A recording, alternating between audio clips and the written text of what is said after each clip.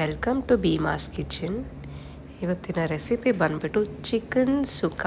ಸಿಂಪಲ್ಲಾಗಿ ಎಲಿಗೆಂಟಾಗಿ ಹೇಗೆ ಮಾಡೋದು, ತುಂಬ ಟೇಸ್ಟಿಯಾಗಿ ಬರುತ್ತೆ. ಹೇಗೆ ಮಾಡೋದು ಅಂತ ತೋರಿಸ್ತೇನೆ, ಬನ್ನಿ.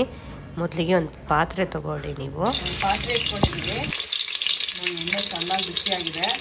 ಹಾಕ್ಕೊಂಡಿದ್ದೀವಿ, ಕರಿಬೇವು ಹಾಕ್ಕೊಂಡಿದ್ದೀವಿ, 1 ಟೇಬಲ್ ಸ್ಪೂನ್ ಶುಂಠಿ ಬೆಳ್ಳುಳ್ಳಿ ಪೇಸ್ಟ್ ಹಾಕ್ಕೊಳ್ಳಿ. ಎಣ್ಣೆ ಚೆನ್ನಾಗಿ ಬಿಸಿ ಆಗಿದೆ, ಅದಕ್ಕೆ ಆನಿಯನ್ ಹಾಕಿದ ತಕ್ಷಣ ನೋಡಿ ಬೆಲ್ಲೋಗ್ಬಿಟ್ಟಿದೆ, ಅಷ್ಟು ಬೇಗ ಫ್ರೈ ಆಗಿಬಿಟ್ಟಿದೆ ನೋಡಿ. ಅದೇ ಎಣ್ಣೆ ಬಿಸಿ ಇದೆ ಅಂತ. ಇವಾಗ ಚಿಕನ್ ತೊಳೆದಿಟ್ಕೊಂಡಿದ್ದೀವಿ, ಚಿಕನ್ ಸೇರಿಸ್ಕೊಳ್ಳೋಣ. ಚಿಕನ್ ಸೇರಿಸ್ಕೊಂಡಿದ್ದೀವಿ, ರುಚಿಗೆ ಎಷ್ಟು ಬೇಕು ಅಷ್ಟು ಉಪ್ಪು ಹಾಕ್ಕೊಳ್ಳಿ, ಅರಿಶಿನ ಪುಡಿ ಹಾಕ್ಕೊಳ್ಳಿ. ಅರಿಶಿನ ಪುಡಿ ಹಾಕಿರೋದ್ರಿಂದ ಹೆಲ್ತು ತುಂಬ ಒಳ್ಳೆಯದು. ಮತ್ತು ಏನಾದರೂ ಸ್ಮೆಲ್ ಬರುತ್ತಲ್ಲ ಚಿಕನ್ ಒಂಥರ, ಆ ಸ್ಮೆಲ್ಲೆಲ್ಲ ಬರೋಲ್ಲ, ಎಲ್ಲ ಹೋಗ್ಬಿಟ್ಟಿರುತ್ತೆ. ಟೇಸ್ಟ್ ಚೆನ್ನಾಗಿ ಕೊಡುತ್ತೆ ಚಿಕನ್ ಅವಾಗ ಟರ್ಮರಿಕ್ ಪೌಡರ್ ಹಾಕಿದ್ರೆ.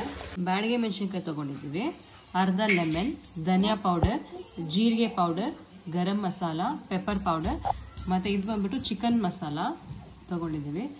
ಮತ್ತು ಮೊಸರು ತೊಗೊಳ್ಳಿ, ಒಂದು 4 to 5 ಟೇಬಲ್ ಸ್ಪೂನ್ ಅಷ್ಟು ಮೊಸರು ತೊಗೊಳ್ಳಿ. ಮೊಸರು ಹಾಕ್ಕೊಳ್ಳಿ,